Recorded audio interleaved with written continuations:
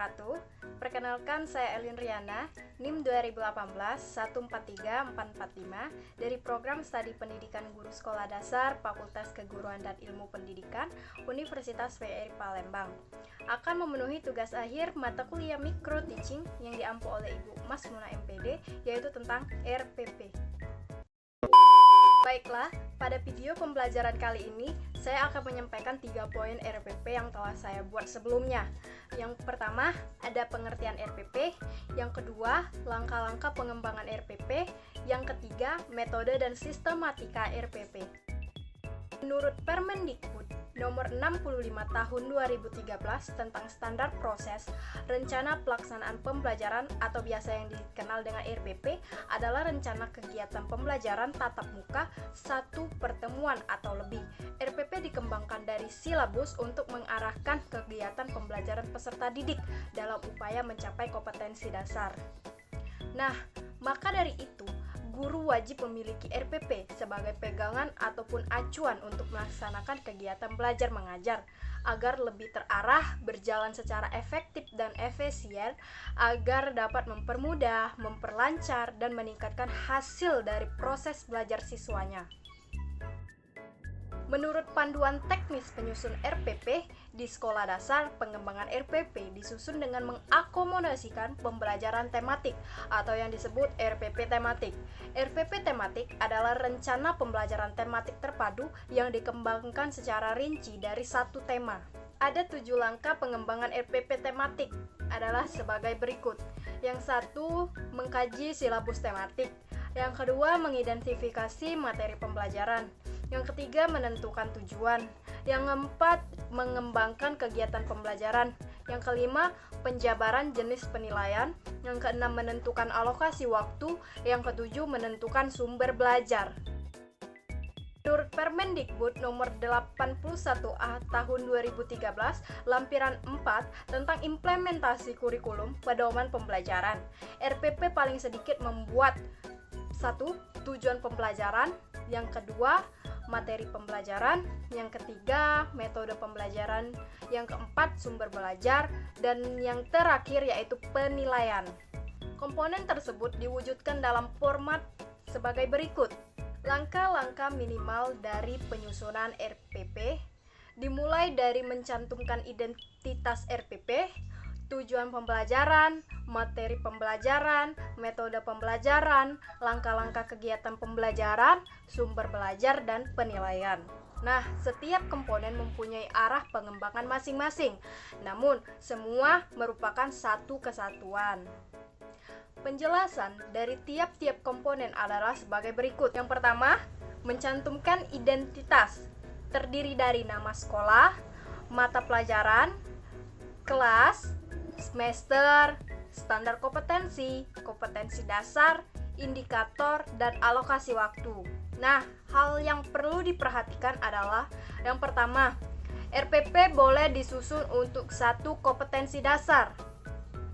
Yang kedua, standar kompetensi, kompetensi dasar, dan indikator dikutip dari silabus. Ketiga, indikator merupakan ciri perilaku, bukti yang terukur yang dapat memberikan gambaran bahwa peserta didik telah mencapai kompetensi dasar. Yang adapun penanda pencapaian kompetensi dasar yang ditandai oleh perubahan perilaku yang dapat diukur yang mencangkup sikap, pengetahuan, dan keterampilan. Nah, yang dikembangkan sesuai dengan karakteristik peserta didik, satuan pendidikan, dan potensi daerah. Nah, yang selanjutnya rumusannya tuh menggunakan kerja operasional yang terukur atau dapat diobservasi. Yang terakhir digunakan sebagai dasar untuk menyusun alat penilaian. Nah, untuk alokasi waktu diperhitungkan mencapai satu kompetensi dasar. Dinyatakan dalam jam pelajaran dan banyaknya pertemuan. Karena itu, waktu yang mencapai suatu kompetensi dasar dapat diperhitungkan dalam satu atau beberapa kali pertemuan, bergantung pada kompetensi dasarnya.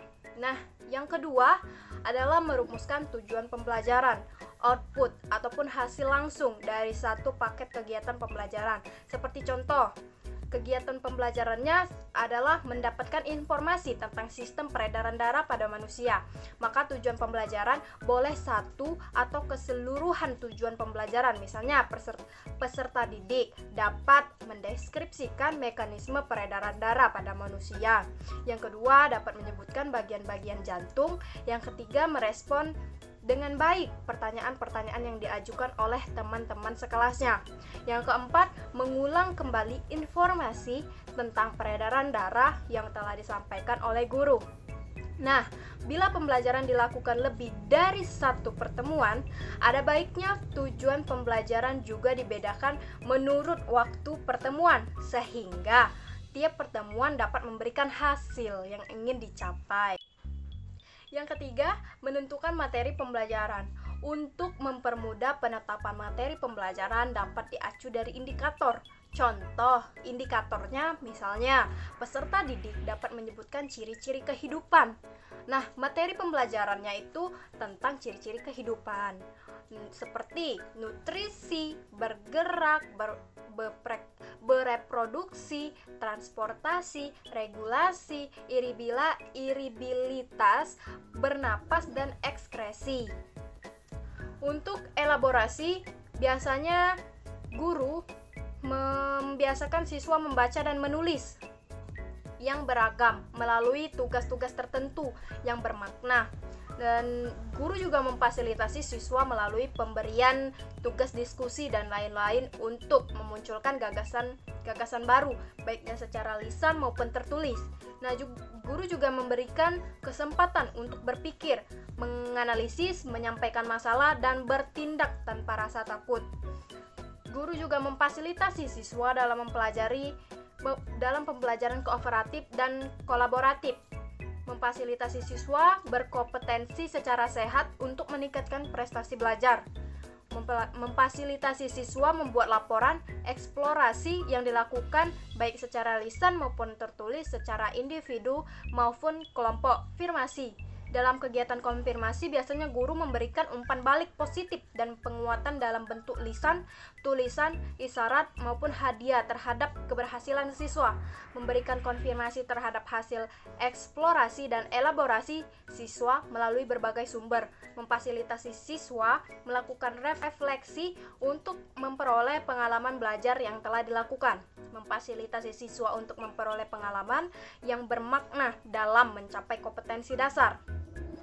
Berfungsi sebagai narasumber dan fasilitator dalam menjawab pertanyaan siswa yang menghadapi kesulitan dengan menggunakan bahasa yang baku dan benar.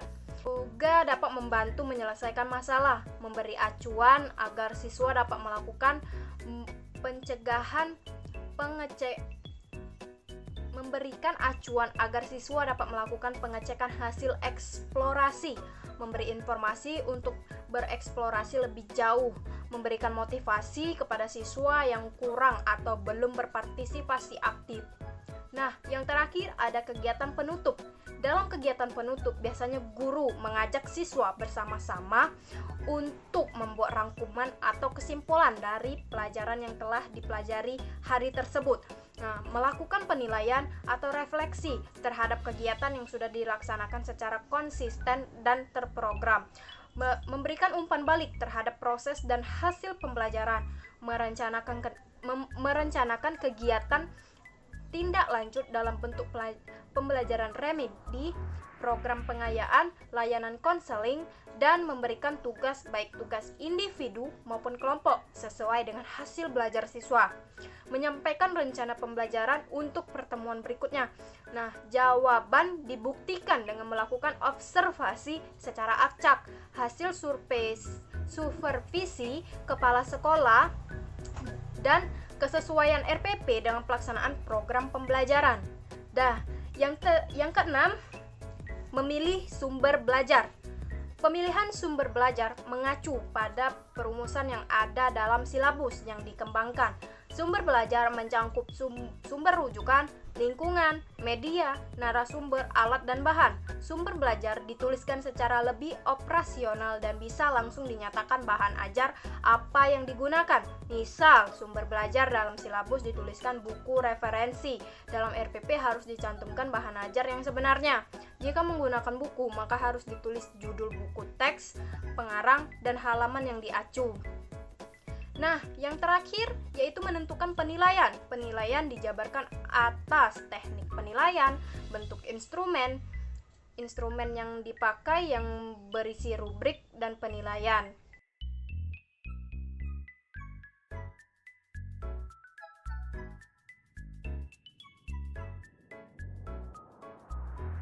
Itu saja yang dapat saya sampaikan pada video pembelajaran kali ini. Saya ucapkan terima kasih. Wassalamualaikum warahmatullahi wabarakatuh.